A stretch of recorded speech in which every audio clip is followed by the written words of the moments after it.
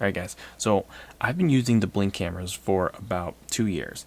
You know, those little black boxes that run on batteries, and there's so many downsides. The battery life is awful, the resolution's not the greatest, you also don't have 24/7 recording, and you need a subscription to store all your footage. You know, after a couple of years, the cost started adding up, I started to get more and more annoyed of it, and now I wanted to upgrade to something that's just better in all 4 ways. So today we're going to look at the Aurora camera, and this one is a security camera that it's still wireless, but it uses solar panels to charge an onboard battery, which solves my battery problem. It's 4K, solves my resolution problem, has onboard storage, and does not require a subscription, solves my third problem. And the last bit, it sort of solves. It claims to have always on or always recording video, but it's a little different than what you might expect. I'll get to that in a minute. So the Aurora camera beats out the Blink in battery life because, simply put, it has a solar panel. So the solar panel charges the battery every single day, and it can actually run several days without solar power. And it also has like a low power mode where it reduces the amount of footage that it records, and turns off some other power hungry features to kind of stretch its battery life. But once you get the sunlight back, maybe the snow slides off the solar panel, everything goes back to normal. You can record everything, you can see everything, and everything functions as expected. So having the solar panel, awesome. All right, the next thing is video resolution. 4K footage, so crisp, and you can zoom in and be able to see the small details of anything that you want to keep an eye on. Blink cameras don't have the resolution to allow you to zoom in that much.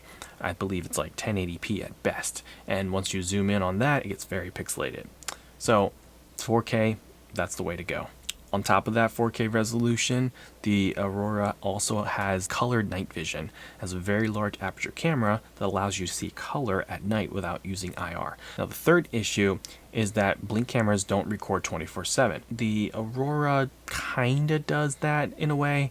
It says always on recording, but it's not 30 frames per second video. It's essentially a time lapse, and you can kind of pick in the settings how fast each frame is. Like, do you want to take a frame every 3 seconds, every 5 seconds, every 10 seconds?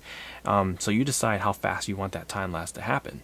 And the time lapse basically is just always going.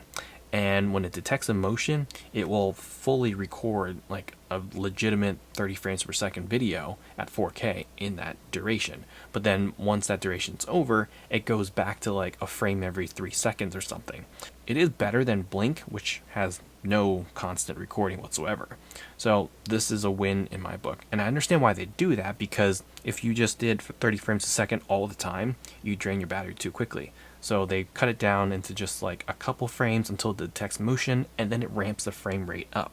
So it's a smart way of doing it to preserve battery life while still giving you the 24/7 recording of always on recording.